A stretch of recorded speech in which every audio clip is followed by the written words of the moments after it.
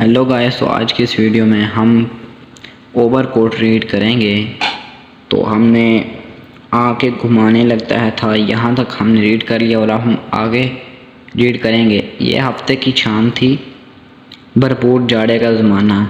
سرد اور تند ہوا کسی تیز دھات کی طرح جسم پر آ کے لگتی تھی، مگر اس نوجوان پر اس کا کچھ اثر معلوم نہیں ہوتا تھا۔ لوگ خود کو گرم کرنے کے لیے تیز تیز قدم اٹھا رہے تھے، مگر اسے اس کی ضرورت نہ تھی، جیسے اس کڑکڑاتے جاڑے میں اسے ٹہلنے میں بڑا مزہ آ رہا ہو۔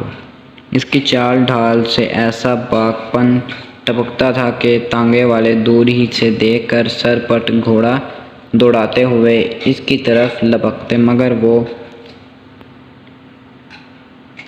چھڑی کے اشارے سے نہیں کر دیتا۔ ایک خالی ٹیکسی بھی اسے دیکھ کر رکی، مگر اس نے "نو تھینک یو" کہہ کر اسے بھی ٹال دیا۔ جیسے جیسے وہ مال کے زیادہ بارونق حصے کی طرف پہنچتا جاتا تھا، اس کی جون چالی بڑھتی ہی جاتی تھی۔ وہ منہ سے سیٹی بجا کے رقص کی ایک دھن نکالنے لگا۔ ایک دفعہ جب آس پاس کوئی نہیں تھا تو یک بارگی کچھ ایسا جوش آیا کہ اس نے دوڑ کر جھوٹ موٹ بال دینے کی کوشش کی، گویا کرکٹ کا میچ ہو رہا ہے۔ راستے میں وہ سڑک آئی جو لارنس گارڈن کی طرف جاتی تھی، مگر اس وقت شام کے دھندلے اور سخت کہرے میں اس باغ پر کچھ ایسی اداسی برس رہی تھی کہ اس نے ادھر کا رخ نہ کیا اور سیدھا چیرنگ کراس کی طرف چلتا رہا۔ اس نے اپنا رومال نکالا، جیسے جیب میں رکھنے کی بجائے اس نے کوٹ کی بائیں آستین میں اوٹس رکھا تھا، اور ہلکے ہلکے چہرے پر پھیرتا کہ کچھ گرد جم گئی ہو تو اتر جائے۔ پاس ہی گھاس کے ایک ٹکڑے پر کچھ بچے ایک بڑی سی گیند سے کھیل رہے تھے۔ وہ بڑی دلچسپی سے ان کا کھیل دیکھنے لگا۔ بچے کچھ دیر تک اس کی پرواہ کیے بغیر کھیل میں مصروف رہے، مگر جب وہ برابر تکتے ہی چلا گیا تو وہ رفتہ رفتہ شرمانے لگے اور پھر اچانک گیند سنبھال کر ہنستے ہوئے ایک دوسرے کے پیچھے بھاگتے ہوئے گھاس کے اس ٹکڑے ہی سے چلے گئے۔ نوجوان کی نظر سیمنٹ کی ایک خالی بینچ پر پڑی اور وہ اس پر آ کے بیٹھ گیا۔ اس وقت شام کے اندھیرے کے ساتھ ساتھ سردی اور بھی بڑھتی جا رہی تھی۔ اس کی یہ شدت ناخوشگوار نہ تھی۔ مال روڈ پر موٹروں اور بائی سائیکلوں کا تانتا بندھا ہوا تھا تو تھا ہی پٹری پر چلنے والوں کی بھی کثرت تھی۔ علاوہ ازیں سڑک کی دو رویہ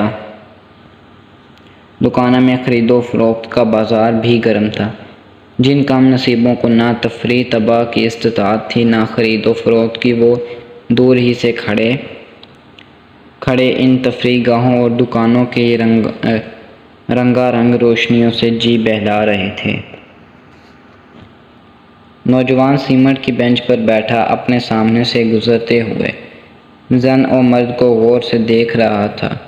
اس کی نظر ان کے چہروں سے کہیں زیادہ ان کے لباس پر پڑتی تھی۔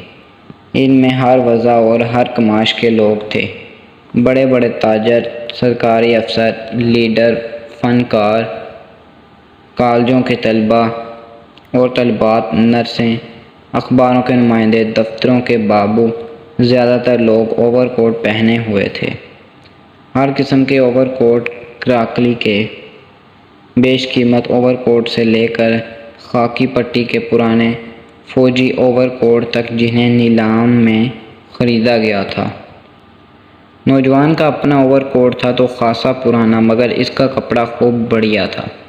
پھر وہ سلا ہوا بھی کسی ماہر درزی کا تھا۔ اس کو دیکھنے سے معلوم ہوتا تھا کہ اس کی بہت دیکھ بھال کی جاتی ہے۔